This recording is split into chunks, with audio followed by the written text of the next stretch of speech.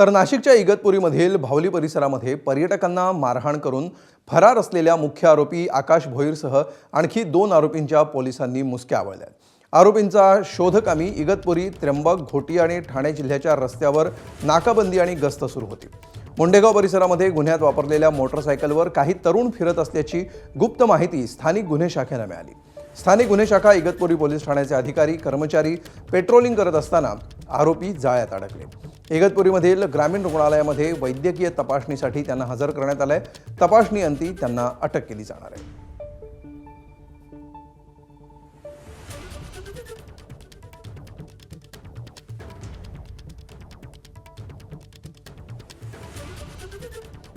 आणि अधिक माहिती घेऊया आमचे प्रतिनिधी मुकुल कुलकर्णी सध्या आपल्या सोबत आहेत।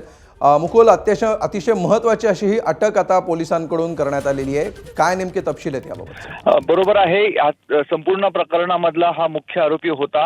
हा रेकॉर्डवरचा गुन्हेगार आहे। याआधी पण तो खुनाच्या गुन्ह्यामध्ये त्याच्यावर कारवाई देखील करण्यात आलेली होती आणि पर्यटकांना एका बाईकवर जाऊन मारहाण करणारा, दाणका त्यांच्या गाडीवर फेकणारा दृश्यांमध्ये जो दिसतो तोच हा आकाश भोईर आहे।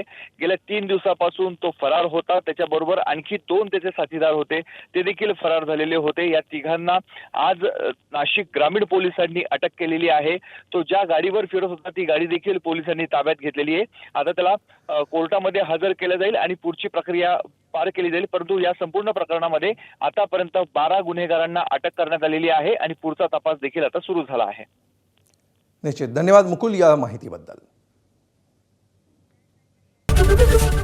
एबीपी माझा, उघडा डोळे बघा नीट।